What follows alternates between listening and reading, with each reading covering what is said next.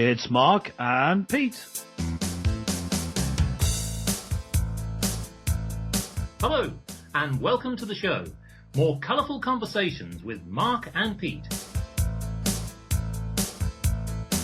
This week's colourful conversation is the consequence of war. This is an emotive subject and one which has been talked about quite a lot this year. As we will all remember, 2014 marked the anniversary of the First World War, 100 years. But of course, it's not just about the First World War. It was meant to be the Great War, the war to end all wars. But of course, the 20th century did see two world wars. And of course, as we go into the 21st century, still we are seeing more and more conflict. We've seen that, of course, in Afghanistan, in Syria, throughout the Middle East, and in many other parts of the world. So it's quite remarkable that we, as a society, still have to keep coping with the consequence of war. Now, just to sort of start this theme going, here's a quick poem which sort of provokes the thoughts about what really is war. So the poem is called What is War? War is raw, it jolts your jaw, so hard to swallow it chokes the craw. War we explore, what is it for? It kills the ones that we adore. War we abhor, you can't ignore, it makes you sweat through every pore. War so sore, it grinds the core, the pain soon surges, blood starts to pour. War is gore, you hear the roar, you hit the ground, you are no more at peace. War is such a serious business, and looking at it from the point of view of not those who have been killed, but those families of people who have been killed, it hits home to you just how seriously you need to take it. The line I take from that poem, I was just hearing that for the first time, but kills those who you adore. I think that's at the heart of the problem with war, I guess you could call it, in that it involves killing people, and killing people involves people being killed who are part of your family, and suddenly everything changes as soon as it happens. Having conducted many funerals in my professional career, not funerals of people who've been to war, but for various other causes, I see the aftermath that death causes, and adding more death to the human experience is just a bad thing. And so death is always, I would say, a tragedy, even if it's someone who deserved to die. The fact that they were put in that position, that if you're in favour of the death penalty, you'll say some people deserve to die. Even if that person deserved to die, the fact that they actually got into that position still is a tragedy in itself. So any death, I would say, is a tragedy. And so war, which involves so much death, involves suffering that just lingers on after the war is over. And as remembering that great war, the Great War, the war to end all wars, as you were saying, which is now many wars ago, people who do remember it, some of them still can't speak about it. So it's that great tragedy which it has to be at the centre of our thinking as we talk about war in this podcast. Some of our podcast episodes are quite light in our treatment of the subject matter. I don't think we can go there this time. It's not a light subject. It's a serious subject. Yes, and I think that one of my points would like to echo is that there are many statistics that cite those that have fallen, and of course that's well documented. But I guess it's something that's almost impossible to calculate are those people who are left behind, those loved ones who have lost their partners, they've lost their friends, they've lost their colleagues. And it's almost incalculable to actually decide, well, what really is the consequence of war when you look at those people left behind? Yes. When you do a cost-benefit analysis, to use a business phrase, you're looking, what do we get out of it, and then how much does it cost? But when it comes to someone's life, as you say, what cost do you put on it? Now, this is done in business. If you have a big construction project, you're expecting some people to die during the course of it, so that is factored in. But that's just factoring what the effect is on the business. That's not the actual cost of a life. And so in the end, I suppose, you cannot do that. You can't put a financial cost on it. So what you have to do is measure like with like. I think that's the only way to talk about what is the cost of war. If you're going to talk about number of people being killed, I think you have to say, well, in conducting this war, how many lives are going to be saved in the long term? Yes. Measure like with like. If you're costing lives, how many lives are you saving? If you're causing suffering, how much suffering, probably of other different people, but how much suffering for people are you actually alleviating by the war? You can't put a financial cost on life, but that doesn't mean there isn't a cost. But if you measure life against life, suffering against suffering, and of course financial gain against financial loss, that also comes into it, then you are in a position, I think, to say can't put an actual you can't put a figure on it, but you are at least able to say whether it is right to conduct a particular war or not. Yes. What's quite remarkable in this is that when you actually pour out statistics, and we can talk about some of those dominant statistics like the First and the Second World War and many other conflicts, but what's quite remarkable, although millions have fallen, it's only the few that make the decisions to actually jeopardize life and actually put people in the front line.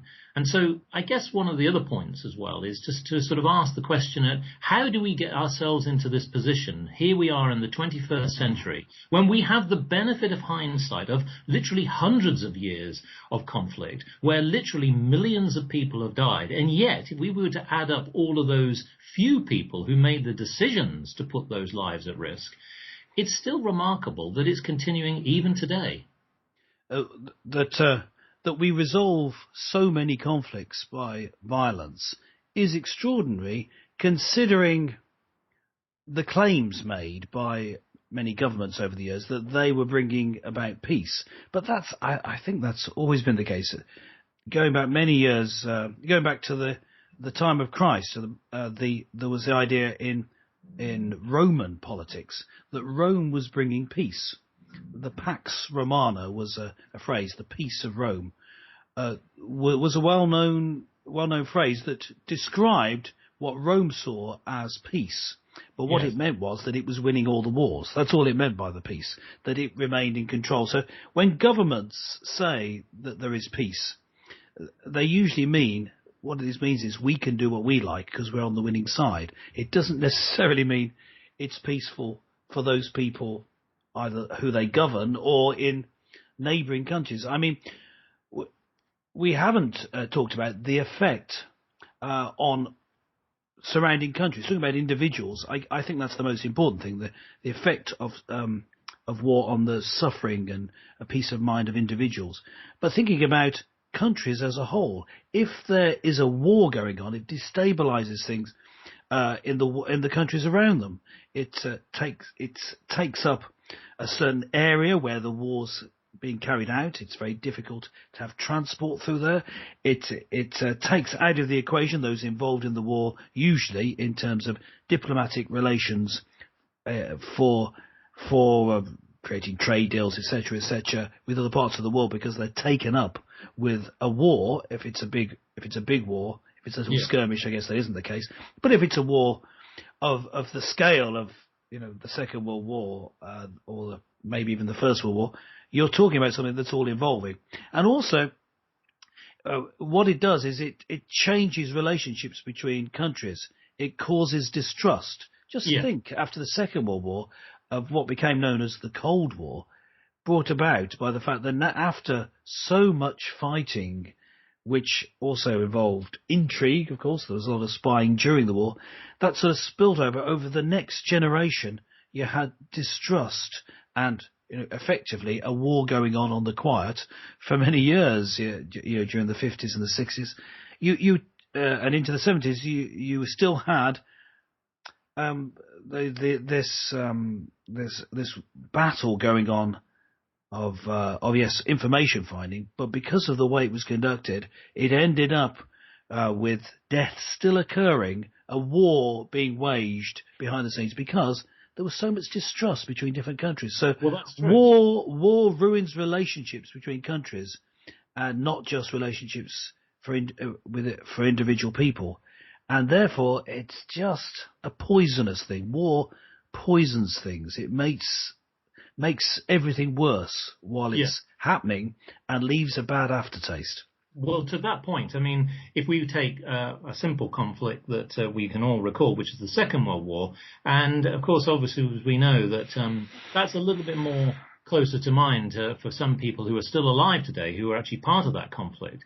Generations that have followed still, when you mention Germany to an English person, you still tend to think a little bit about the war. And there's the famous phrase is don't mention the war when you're mentioning the Germans. But the fact is, although generations that followed from the Second World War were not actually part of that initial conflict, the fact is that it has that consequence to the generations that have followed. And Yes. there is that cultural view of a particular nation, and as you quite rightly say, that unfortunately it takes time. Is time a healer? Well, in some cases it may be, but in other cases it may not.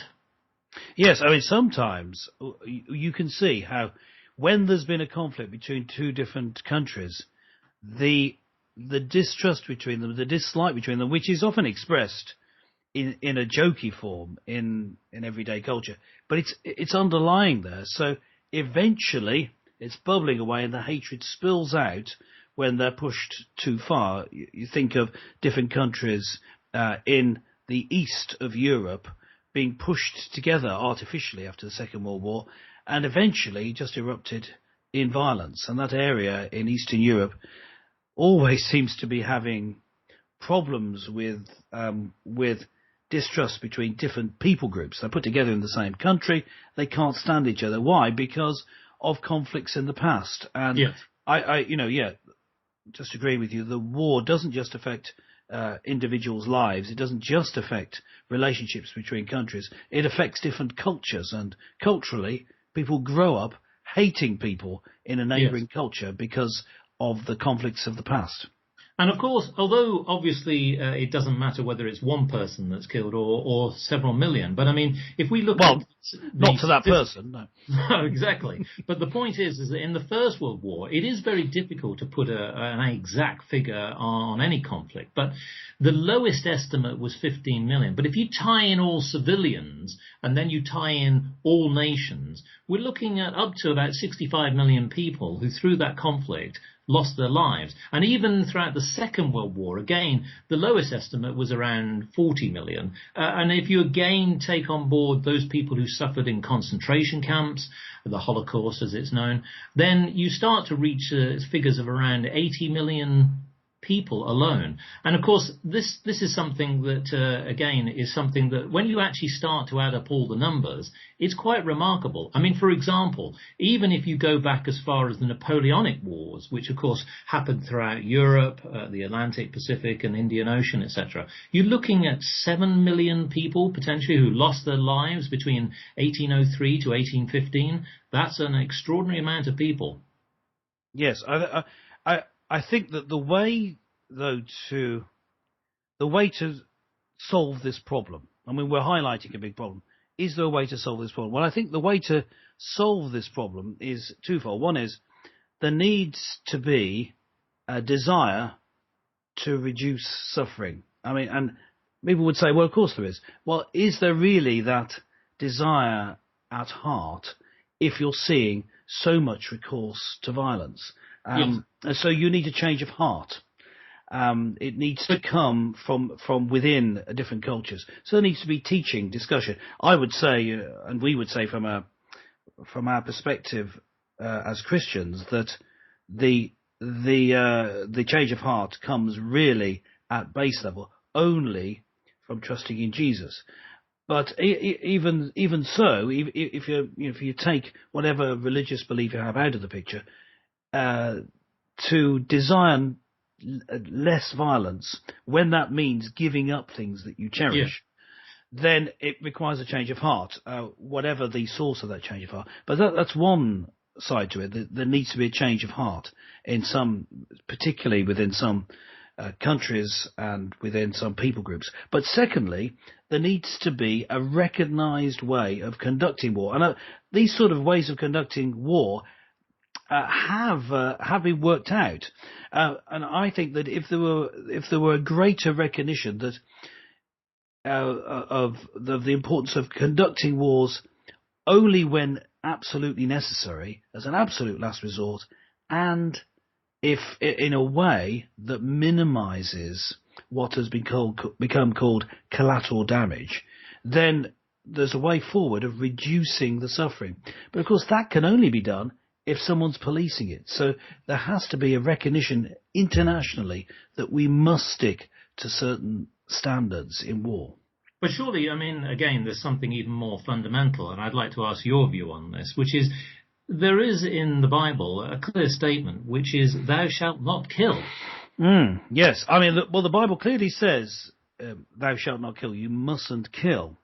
But then elsewhere in the Bible, it gives instances where people must be killed. For example, if they had committed murder and that had been, the person who's committed murder, it's been proven, the punishment is for them to be killed, and someone has to carry out that action. So, yes. Although it says do not kill, and it does mean that, it means don't kill unlawfully. We would call it these days don't murder. I mean, the word is kill. I mean, it says do not kill, but it means in context do not murder, don't kill unlawfully. You can't kill for your own benefit.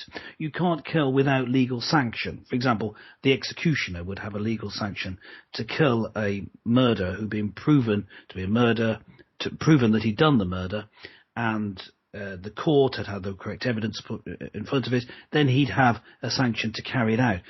So I would say that killing is wrong unless it's an absolute last resort. And in war, that's included. You shouldn't go to war just for your own benefit. And I think we can point to wars we've seen over the last century where clearly the war was entered into by at least one party just for the benefit of that country, either to extend their borders or to get hold of a particular resource that another country had, whatever that might be, a natural resource or some other resource that they had that they wanted, or they wanted to secure the supply line of that particular resource. They went to war for that reason. That is wrong. Now, I'm being a little bit coy because I don't want to, in this episode of the podcast, point out particular governments that have done things wrong. Well, just generally, that's a principle. You don't do it for selfish reasons, the self in this case being the state going to war. The Bible does say that you can go to war, but only in certain circumstances, and you have to conduct the war in a particular way, in a way that ensures justice, as in people treated fairly. Even your opponents should be treated fairly. The classic passage in this is Deuteronomy chapter 20, which is a whole passage about how to conduct a war, how to go about it. And elsewhere in the Bible, there are other parts of the Bible which talk about how to treat people, including those who are your enemies. And Jesus, we can say, tells you to love your enemies. So we can certainly say that the Bible says you should treat even your enemies well, but I think it goes into more detail than that. Now, I'm just going to quickly have run over some points, 6 points, just very quickly list them, of ways that you go about having a war. Okay. But this is drawn from the Bible, but it's lots of different theologians have drawn this sort of list up. Thinking back to the early theologians of the war, Augustine is famous for formulating a theory of the just war, a war that you can carry out because it is righteous or just. So I'm just going to listen quickly, and just to show that if you take the teachings of the Bible, you can come up with a clear way of reducing the amount of wars and ensuring that the suffering in a war is as low as possible. So these points, there are 6 points. 1, the cause and intention of the war must be just. You must have an aim that's right, and it must be a limited aim or objective. There's something that you want to achieve, so you know when to stop. So that's the first one. And to give one example of one I gave earlier, if you're going into a place for war just to secure the supply line of something that you want, that's not a just war. Because so first, the intention must be just and righteous. Second, there must be a legitimate right to carry out the war in the first place, to carry out violence in the first place. The government that decides it must be a legitimate government. Yeah. And in today's way of operating, if you've signed up to the United Nations, then they must approve it. That would apply, I think here, taking this principle and putting it in today's language, it means the United Nations must approve it as well. But certainly it must be a lawful government which is carrying it out. Third, war must be an absolute last resort. If there's negotiation possible, you must take it to the final point in negotiation before you turn to violence. And number 4, it must be probable that you'll win. There's no point going to war unless you can see that there's going to be an endpoint that you could win. Makes sense. Yeah, if you're not going to win, don't do it. I suppose that is obvious, but you can look back on wars over the years where that hasn't been the case. There's been an ideological reason for going to war, and it's just carried out without any end game. And certainly problems with recent wars there's been no end game. People haven't thought through how you stop the war. So you must be probable that you're going to win, and then therefore the mopping up operation after the war can be carried out, because you know you've reached that point, the war is over. Right? That's point 4. You must be probable of winning. Number 5, and this reflects what we were discussing earlier, the potential cost incurred by the war shouldn't be a greater evil than that which the war was brought about to remedy. So it is a cost analysis of the war, cost benefit analysis of the war, but it's not just talking about financial things. That's why I use the word evil. There shouldn't be a greater evil. So it includes things like how many people are going to benefit, how many people are going to suffer because of the war. Really, in balancing it up, there should be a far greater benefit than there is a cost. And finally, the violence that you use, because war is basically deciding to use violence. The violence that you use mustn't be indiscriminate. Yeah. And it must be proportionate to what you need, proportionate to the aims. You don't just have all-out war. You don't just go around destroying everything. It's not a scorched earth policy. You're not out to destroy people. You're out to win the war and achieve a certain aim. So there's 6 points. I think if they are adhered to, and taking into account that a part of that is you can decide not to do the war. We're not doing it today. We're calling it off because there are certain criteria that aren't met, like you're not likely to win, like there's going to be too much suffering. You don't do it. It has to be an absolute last resort. Now, I think those principles put into effect could enable the international community to have fewer wars. Well, I think that those are extremely important points, and all 6 make total sense.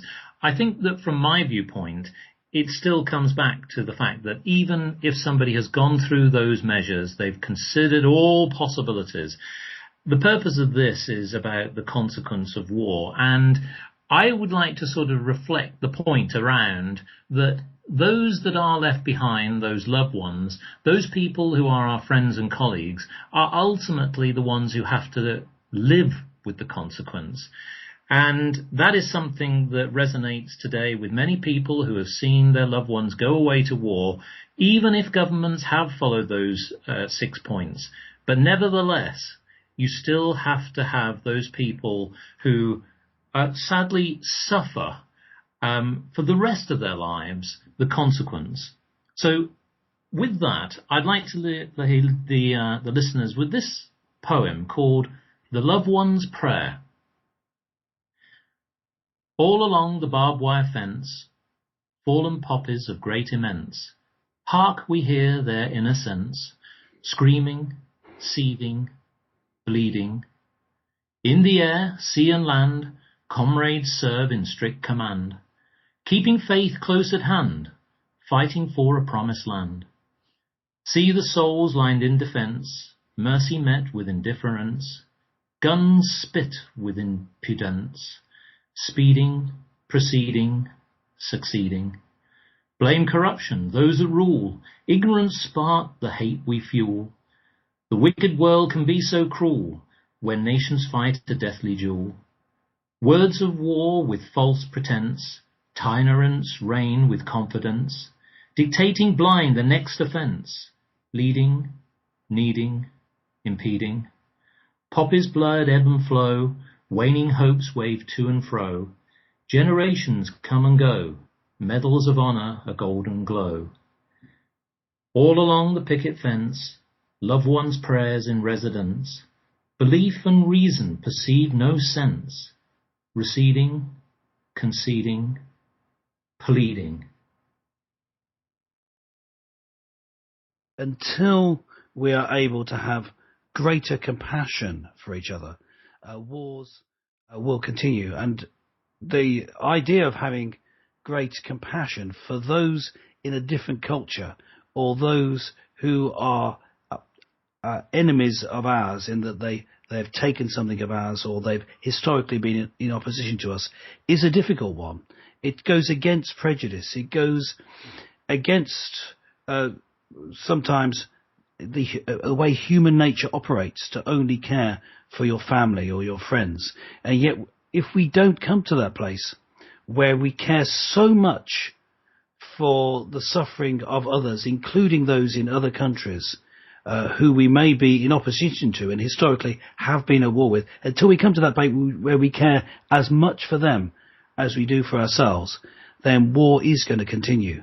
There's the only option, the only way to bring about peace is to love others as much as we love ourselves. We remember those that have fallen, and we remember those loved ones left behind. So listeners, we welcome your input on what you think of the consequence of war. Join us again next time for more colourful conversations with Mark and Pete.